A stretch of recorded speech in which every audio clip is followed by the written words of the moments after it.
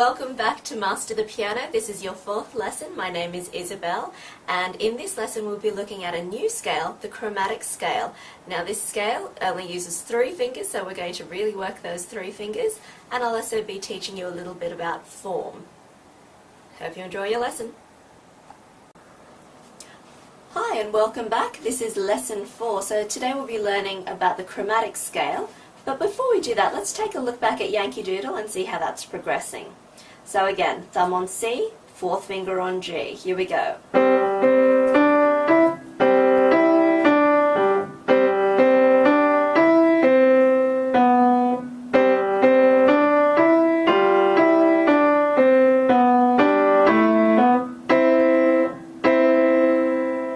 Okay, so that's sounding pretty good. Let's take a look at the new scale, the chromatic scale. It's based only on semitones. So we sort of touched on semitones last time. We know that they are the smallest distance between notes. If we come up a semitone, we call it the sharp name. If we go down the semitone, it's the flat name. So let's do a quick review. C up is C sharp, D up is D sharp, F up is F sharp, then G sharp, then A sharp. Coming down, we go from the right hand side back down. So from B down is B flat, A down is A flat, G down is G flat, E down is E flat, D down is D flat. To do the chromatic scale, we only use 3 fingers, the 1st, the 2nd and the 3rd fingers. We don't use the 4th or the 5th because these are considered to be weaker fingers. And even when we were first playing the keyboard back in the 1600s, most pianists or composers didn't use the 4th or the 5th. That's a fairly recent development during the Baroque period, so think about 1600 until maybe 1750. So we're going to start the chromatic scale. Have your thumb on the white keys, have your 3rd finger on the black keys. Only the 3rd finger can touch the black keys. Here we go. 1, 3, 1, 3, 1, 2, 3, 1, 3, 1, 3, 1. Now stretch across with your 2nd. Back down we go. 3, 1, 3, 1, 3, 2, 1, 3, 1, 3, 1, and hold it for a minute count. Let's try that again. 1, 3, 1, 3, 1, 2, 3, 1, 3, 1, 3, 1, 2. Back down.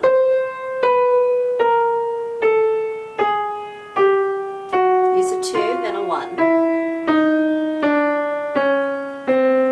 You'll notice that as I'm doing the white keys, I use my 2nd and my 3rd fingers. That's because I don't want to have to cross my fingers or do anything funny like that.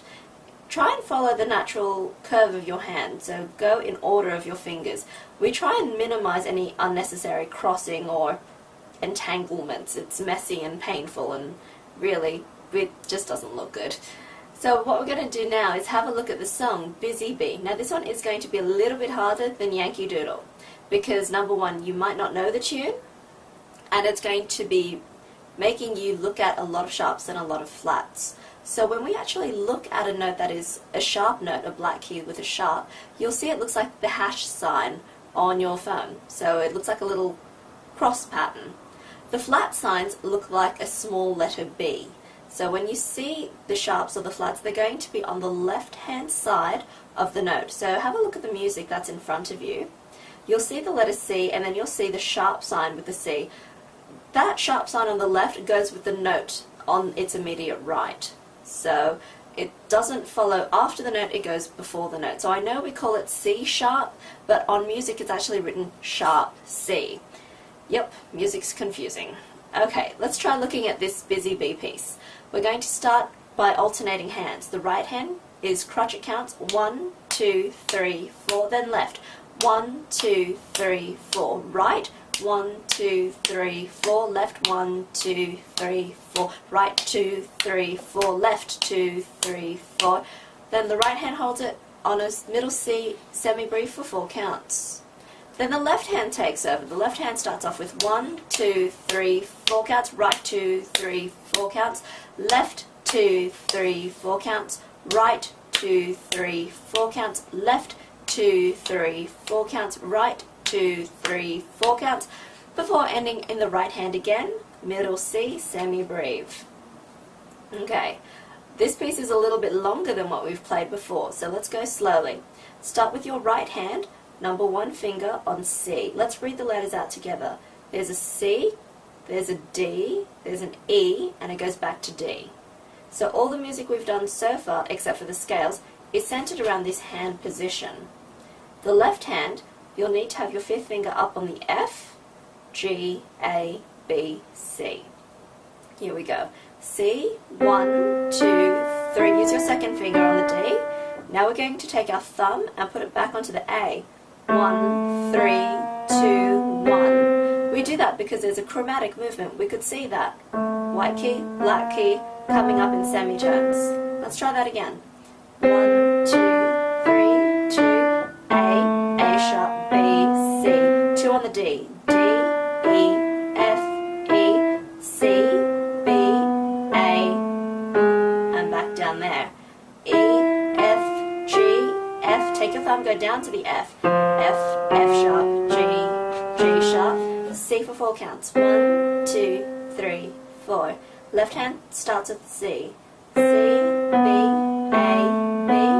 Right hand, C, C sharp, D, D sharp up. Good. 2, 3, 4, 3. Right hand on the E. E, E flat, D, D flat. 3, 4, 5, 4. E, thumb. 1, 2, 3.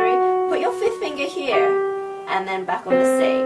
So you'll notice we did a bit of a jump from that 3rd finger on the F sharp. We used our 5th finger here to allow us enough space to put our thumb onto the C. Let's try this again.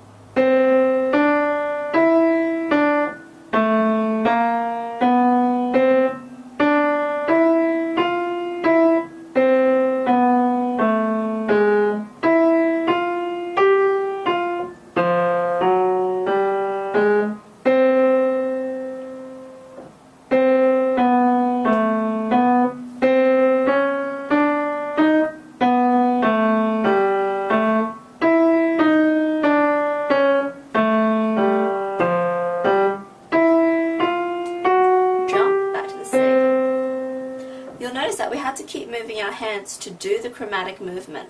So just be aware that your hands, even though we like that comfortable position, that's where we first started, you can actually move your hands around to make it easier to make a smooth, uninterrupted flow of music, which is our goal. Alright, you'll also notice that this piece ends each line with a semi-breve.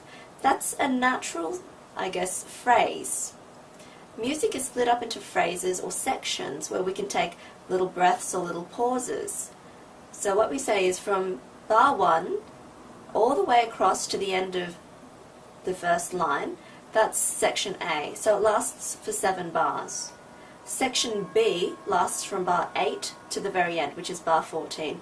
Now if you've got a piece of music that you can split up evenly into 2 sections like this, we call that binary form.